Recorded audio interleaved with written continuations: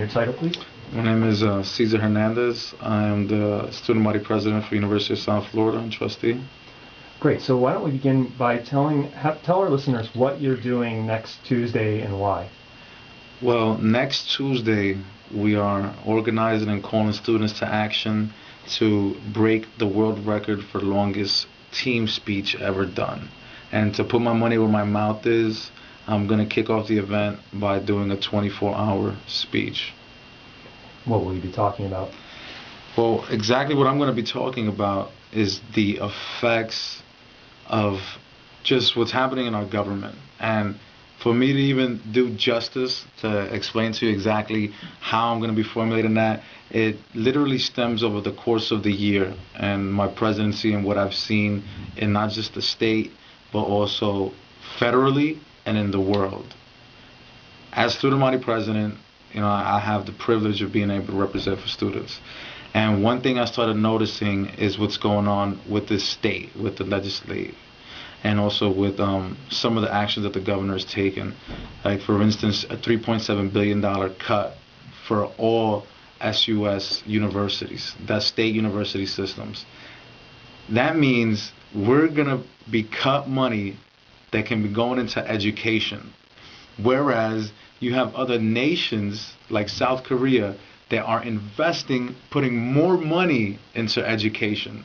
But now you're cutting, you're hindering your future generation. So that's one thing. Another thing is, I just listened to the president's fiscal responsibility report where he's saying there might be a 25% cut in education and that we each have to sacrifice.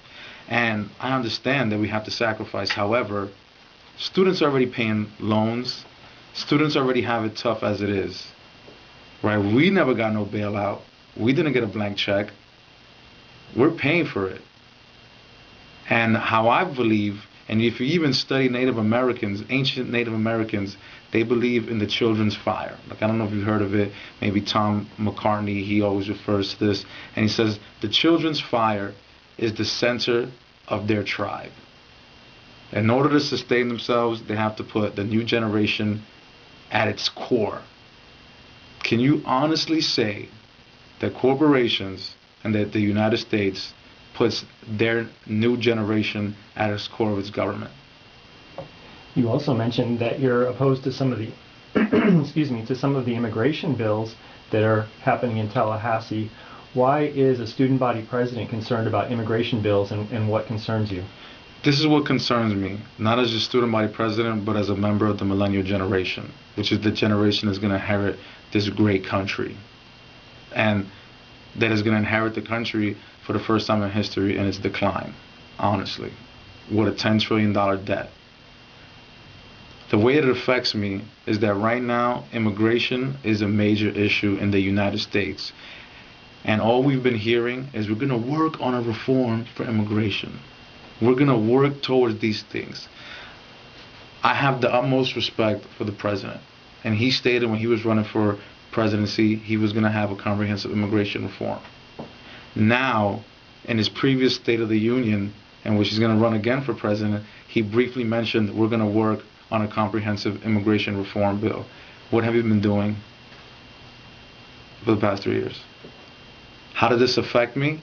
Because there are students in the state of Florida that they have been here since the age of 3, 4 years old. I even know them personally.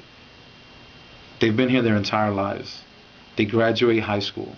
I know a person that graduated high school with a 6.2 GPA. And guess what? He finds out he's ineligible for scholarships. He is ineligible to receive in-state tuition. And beyond that, he can get deported. So, and just to give you an example, I have seen it. I've gone to Juarez, Mexico, in the ghettos, and I've talked to students in Juarez, Mexico, that you would think they're Mexican, and they're running around in the ghettos, and I don't know if you've ever been to Juarez, the worst city in the Western Hemisphere, with burnt down apartments and burnt homes. It looks like a war zone, and it's a drug war zone. And where you would think, oh, look at all these Mexican children running around, and all of a sudden they start speaking to you in English. I'm like, you speaking English? They're like, yeah, I'm from Albuquerque.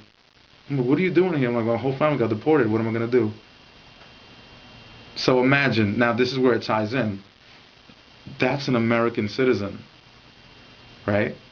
We just lost a generation. Not only that, now we have non-residents that consider themselves naturalized citizens that want to be here, want to contribute to America, especially in the state of Florida with the New Florida Initiative and technologies and all these things they want to invest in.